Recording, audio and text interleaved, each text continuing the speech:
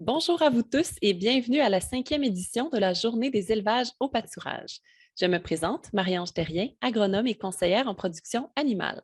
J'ai le plaisir d'animer ce deuxième webinaire d'une série de deux. Avant de commencer, j'aimerais vous rappeler que la Journée des élevages au pâturage est organisée par le ministère de l'Agriculture, des Pêcheries et de l'Alimentation en collaboration avec, avec les producteurs de bovins de l'Estrie et les éleveurs de volailles des cantons de l'Est. La tenue de ces webinaires est rendue possible grâce à la collaboration financière du Réseau Agriconseil de l'Estrie. Donc, je vous présente maintenant notre deuxième conférencière, détentrice d'un baccalauréat en agronomie et d'une maîtrise en sciences animales. Julie Duquette est agronome depuis 1993. Elle a été conseillère en agro-environnement pour le Club agro-environnemental de l'Estrie de 1998 à 2021 et est maintenant à l'UPA Estrie comme conseillère en environnement. Elle a aussi travaillé à son compte en alimentation porcine, a été professeure en agriculture au Cégep de Joliette et assistante de recherche à Lennoxville. Travailler en Estrie pour desservir les producteurs agricoles a toujours été au centre de ses aspirations. Julie nous présente aujourd'hui une courte capsule sur les producteurs de bovins et l'adaptation au changement climatique. Merci beaucoup, Marie-Ange, pour cette petite présentation de moi. Il me fait plaisir d'être ici aujourd'hui pour vous parler d'agriclimat.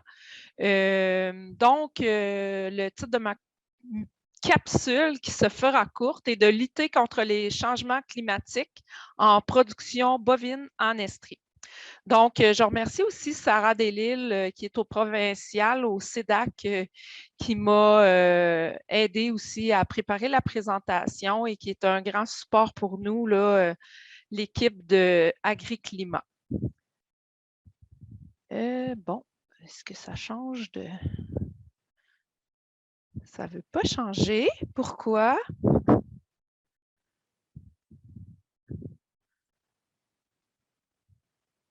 ne suis pas capable de faire avancer ma présentation. Ah, ici peut-être. OK. Agriclimat, c'est un projet qui a vu naissance en 2017.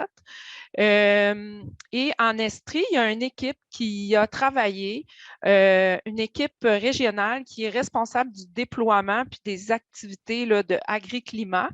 Donc, on est une toute nouvelle équipe là, pour la mouture de 2021 et plus. Donc, il y a moi de l'UPA, il y a aussi Lauriane Dubois qui est ici aujourd'hui et il y a Crystal Coddington qui est conseillère au Club agro-environnemental de l'Estrie qui font partie là, de l'équipe d'Agriclimat là, au niveau régional. Agriclimat, dans le fond, ce que ça fait, c'est de regarder l'évolution des climats, notamment là, dans un horizon jusqu'à environ 2050. Et puis aujourd'hui, je vais vous parler de quelques mesures d'adaptation au niveau des bovins, notamment dans les pâturages. On veut essayer de voir aussi quels moyens vous pourriez mettre en œuvre pour lutter contre les changements climatiques là, à votre ferme. Excusez. Donc, c'est sûr qu'Agriclimat, il y a beaucoup de mesures d'adaptation. Il y a beaucoup de choses qui vont survenir sur vos entreprises.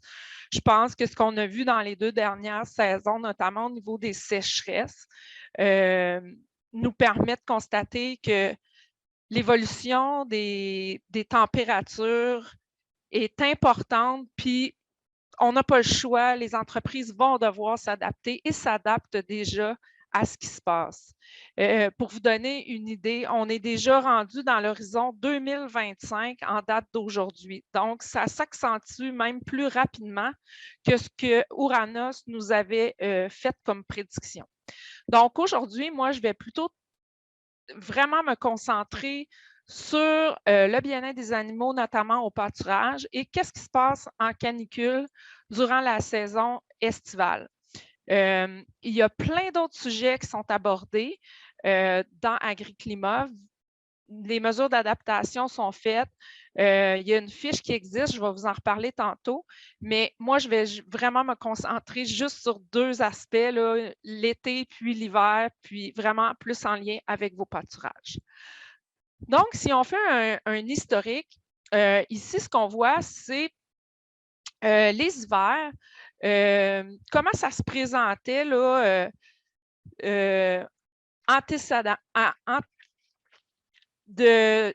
présentement, puis on va regarder aussi l'horizon 2050. Ce qu'on voit, c'est que nos hivers, en général, vont durer 47 jours de moins. Donc, vous allez perdre 1 mois et demi l'hiver. Les températures vont être moins froides. On parle de 5 à 10 degrés moins froid. Là, on parle d'une moyenne pour l'Estrie globalement, mais c'est sûr que ça va être différent pour certaines régions. Là. Vous voyez, il y a quand même des zones en Estrie, mais là, je fais le global pour toute notre région. Donc, on parle quand même d'1 mois et demi de moins de durée de l'hiver. Des températures vraiment plus chaudes, de 5 à 10 degrés.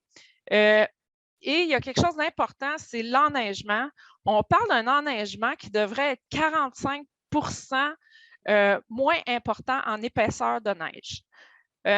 Donc, c'est sûr que ça va avoir quand même un bon impact pour vous et vos animaux. Et puis, on s'attend aussi, bien entendu, d'avoir aussi des périodes de pluie en saison hivernale. Donc, au niveau du climat, les menaces ou les adaptations que vous devrez faire au niveau de vos pâturages, c'est notamment peut-être prévoir des animaux, des abris pour vos animaux contre la pluie et s'assurer d'avoir des aires de portance qui sont améliorées pour s'assurer là, que nos animaux là, ne viennent pas là, briser vos champs puis s'enliser là, dans les sols. Donc, ça va être vraiment important de vous assurer que vous aurez des aires de portance améliorées. Au niveau de ce qui va se passer plutôt l'été, là encore, je vous présente des moyennes. Donc, on avait nos historiques ici. Et puis, ce qui va se passer, on parle d'environ 13 jours où les températures au-delà de 30 degrés Celsius vont se présenter en saison. Donc, c'est quand même important. On parle, on parle pas ici des journées qui vont être à 28, 29 non plus, mais on parle de 13 jours supplémentaires en moyenne pour toute l'Estrie de journées au-delà de 30 degrés Celsius. Donc, je pense que ça va être important. On ne parle pas de pluie, de précipitations supplémentaires. On pense que les quantités d'eau vont rester pas mal la même pour les données annuelles. Par contre, ça va tomber plus par épisode et événements extrêmes. Donc, on risque d'avoir des gros orages, des bons coups d'eau, mais après ça, des périodes de sécheresse plus longues et, bien entendu, là, nos températures chaudes qui vont affecter peut-être aussi là, nos animaux. Donc, en été, au niveau des pâturages, les mesures d'adaptation, bien sûr, on va avoir besoin d'ombrières, donc des abris contre le soleil. Est-ce qu'il y a des boisés disponibles? On sait qu'il y a toutes sortes d'ombrières possibles, des bâtiments. On a vu aussi à l'Université McGill des ombrières qui ont été fabriquées, qui peuvent se déplacer dans vos pâturages. Bien entendu, il va falloir que l'abreuvement puisse être efficace. Ça fait partie de vos rendements. Donc, si on manque d'eau, est-ce que vos puits vont manquer d'eau? Donc, ça va être important d'avoir des bons abreuvoirs et s'assurer que l'eau s'y rend tout au long de votre saison de pâturage. Bien entendu, il va y avoir un allongement aussi de la saison.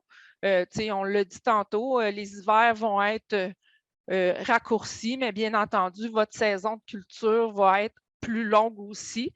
Donc, ça peut quand même être quelque chose de favorable pour vous. Au niveau des pâturages, bien entendu, ça va prendre une gestion qui va être vous devrez faire une gestion intensive de vos pâturages, vous assurer là, quand même qu'ils profitent bien, puis que peut-être vous faites une rotation dans vos pâturages pour s'assurer que vos animaux vont avoir de la nourriture tout au long de la saison. Et bien entendu, il y aura peut-être de l'adaptation au niveau des mélanges aussi à faire. On le sait, là, le mil, je pense que vous avez eu une conférence précédemment sur ça aussi, mais il y a des espèces peut-être qui vont être moins bien adaptées aux périodes de sécheresse et on va devoir revoir aussi là, les mesures de nos mélanges, les mélanges fourragers. Excusez. Au niveau de l'agriclimat, là, je vous ai fait quelque chose de vraiment succinct. Par contre, en Estrie, on a travaillé depuis 2017 à regarder les changements climatiques qui allaient arriver en Estrie. Donc, c'est pas quelque chose de. C'est quelque chose qui a été travaillé vraiment régionalement. Et puis, on a fait un gros document sur les mesures d'adaptation à faire en Estrie. Et il y a des fiches de par production qui ont été réalisées.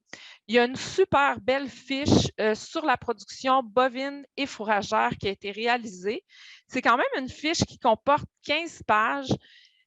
Ça résume très bien ce qui va se passer dans chacune des saisons et les mesures d'adaptation que vous aurez probablement à mettre en œuvre pour vous adapter au changement climatique. Les fiches ont été réalisées par les producteurs agricoles. Donc, depuis 2017, il y a eu un comité de formés. Il y a aussi un gros forum qui a été fait en 2019 à Lennoxville. Et puis, vous avez été consultés directement, les producteurs, pour bâtir ces fiches-là et travailler aux mesures d'adaptation à mettre en place chez vous. Donc, cette fiche-là pourrait vous être super utile. Vous pouvez rapidement la trouver sur Agriclimat Estrie sur Internet.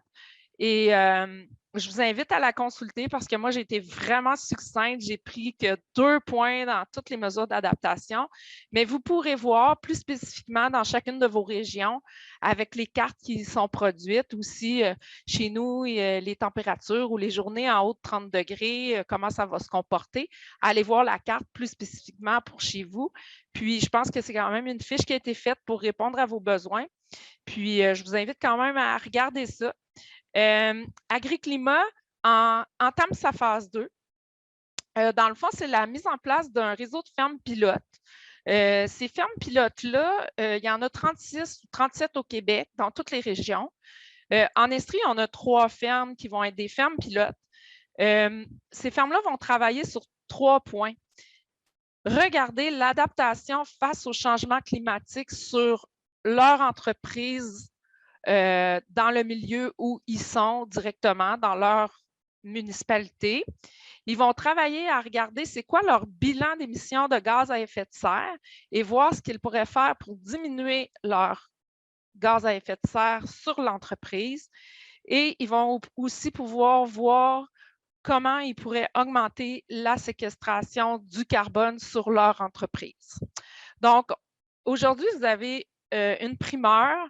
Le CEDAC n'a pas encore fait l'annonce officielle des fermes, mais je peux vous dire qu'en Estrie, on est fiers, puis heureux de vous dire qu'il y aura une ferme bovine, qui est le Ranch Clifton, à Saint-Isidore, qui a été sélectionnée comme ferme partenaire. On les remercie d'avoir accepté de participer à cette phase 2 de Agriclimat.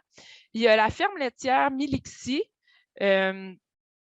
et il y a la bergerie Malville-Bois et Newport.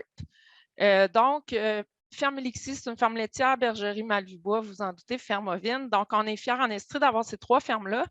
Dans le fond, eux autres aussi, ça va être annoncé la semaine prochaine officiellement avec des communications directement par le CEDAC. Mais elles vont être accompagnées par des conseillères du Club agro-environnemental de l'Estrie pour faire toutes les étapes de la phase pilote. Donc, il y a Crystal Coddington et Geneviève Pilon du Club agro-environnemental qui vont être formés pour faire les diagnostics sur les fermes pilotes. Et puis, ce qui va ressortir de ce diagnostic-là, ça va être la mise en place de mesures d'adaptation. Et bien entendu, elle teste l'outil qui vous sera disponible à tout le monde en 2023 ou 2024. Et puis, on espère que c'est quelque chose qui pourra vous aider à vous adapter à ce qui se passe au niveau des changements climatiques. Fait que je vous remercie. Capsule rapide. Merci beaucoup, Julie, pour la Bienvenue. présentation.